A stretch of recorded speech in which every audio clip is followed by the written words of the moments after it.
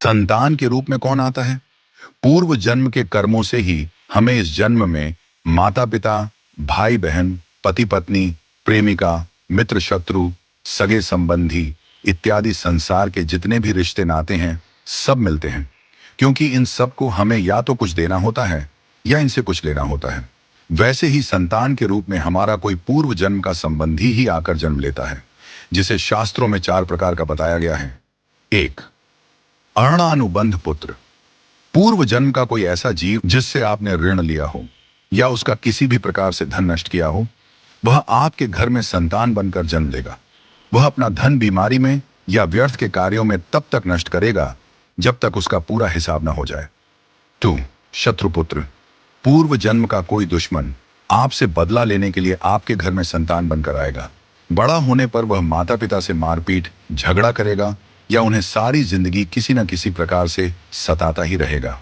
वह हमेशा कड़वा बोलकर उनकी बेइज्जती करेगा और उन्हें दुखी रखकर ही खुश होगा। 3.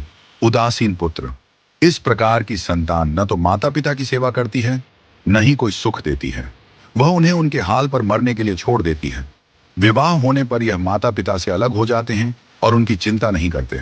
4. सेवक पुत्र।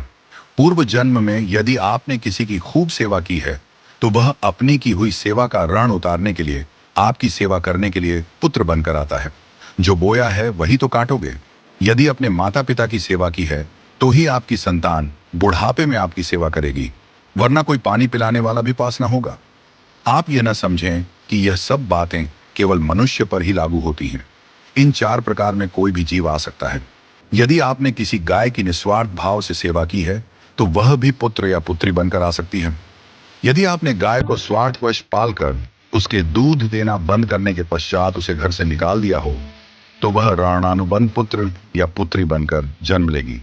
यदि आपने किसी निर्दोष जीव को सताया है, तो वह आपके जीवन में शत्रु बनकर आएगा। इसलिए जीवन में कभी किसी का बुरा न करें, क्योंकि प्रकृति का नियम है कि आप जो भी करोगे, उसे वह आपको इस जन्म में या अगले जन्म में 100 गुना वापस करके देगी। यदि आपने किसी को 1 रुपया दिया है, तो समझो आपके खाते में 100 रुपया जमा हो गए हैं। यदि आपने किसी का 1 रुपया छीना है, तो समझो आपकी जमा राशि से 100 रुपये निकल गए। जरा सोचिए, आप कौन सा धन साथ लेकर आए थे और कितना साथ लेकर जाओगे।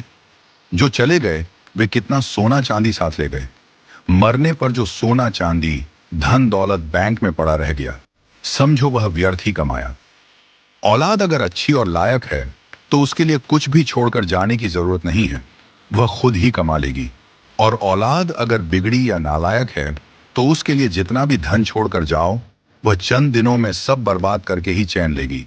मैं, मेरा, तेरा और सारा धन यहीं का यहीं धरा रह जाएगा, कुछ भी साथ नहीं जाएगा। साथ यदि कुछ जाएगा भी, तो सिर्फ अच्छे बुरे कर्म ही साथ जाएंगे। इसलिए जितना हो सके नेकी करो, सत्कर्म करो।